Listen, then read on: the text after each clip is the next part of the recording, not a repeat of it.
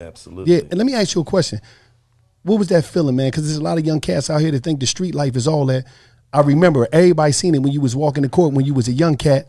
You going in there, you and Suge and them. What was that feeling, man? Could you describe that feeling to these young cats? It wasn't. It wasn't nice. It wasn't.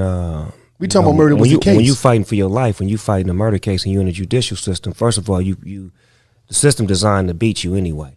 So if you go in there, with a 187, most likely you're gonna lose. So my heart was beating every day. I didn't know what to expect. I didn't know how to carry myself.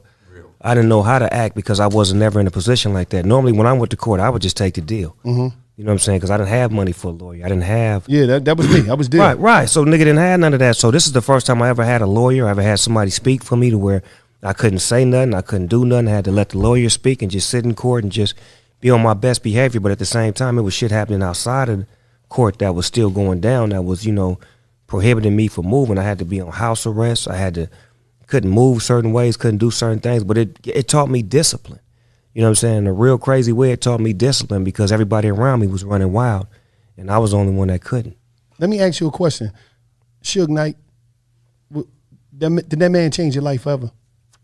He changed my life forever. Suge Knight was one of the best niggas that I ever ran across in my life for the simple fact that he was so honest, so real, so true, and so passionate about Death Row and about his artists and about us becoming who we are. And, I like to reflect on the great shit that he did. Everybody know about the bad shit, but the great shit he did was he instilled in me the power and the will to just be great and just to stand on top of it and not to be second place but be first place. And, when you got somebody like that, before he became the mogul that y'all seen, behind the scenes, we seen that mogul. We seen him, giving us information, direction, coaching us. Like even when it came to my murder case, if it wasn't for him, I don't know what I would have did because he was professional enough to know that you need a lawyer. We got to get a defense team. We got to do this. Don't say a word. How much did your lawyer cost? Man, we spent about $10 million on that case. Damn. Just to get you out. He spent $10 million cash. At least, because the case went on for 3 years. And y'all had the best lawyer you could get. We had David Kenner, and then he brought in Johnny Cochran, and he brought in Donald Ray, and then they brought in another attorney. It was like I had like 5 or 6 attorneys on it. They had a detective, a pathologist, the DNA, the video, like every level of the game. It was like was the first time that video reenactments was introduced in court. So we had to reenact what had actually happened through a video that my attorney was willing to found a way to put together. So it was like a reenactment, like you see now when you watch those shows, absolutely. The first 48 and all that shit. You see them we was the first ones to do that in court.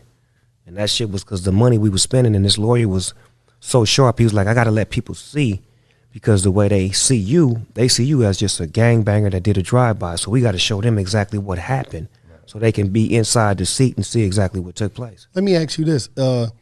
Suge, you still talk to Suge? Yeah, I spoke with him about 2 months ago. How you doing? He doing good. He doing better than he was before. He's got a good spirit, and good. I just wanted to communicate with him just to keep the love and let him know that I'm going to keep his spirit alive. And if, the grace of God, if Death Row happens to get, dropped in my hands or open back up again, I'll be willing to keep the spirit of it alive and just do my thing. That's why I'm representing, for the spirit of, because I remember that's my birthplace. That's my start. That's my absolutely ecosystem. That was one of the first people to believe in you. Exactly. You better know it. One thing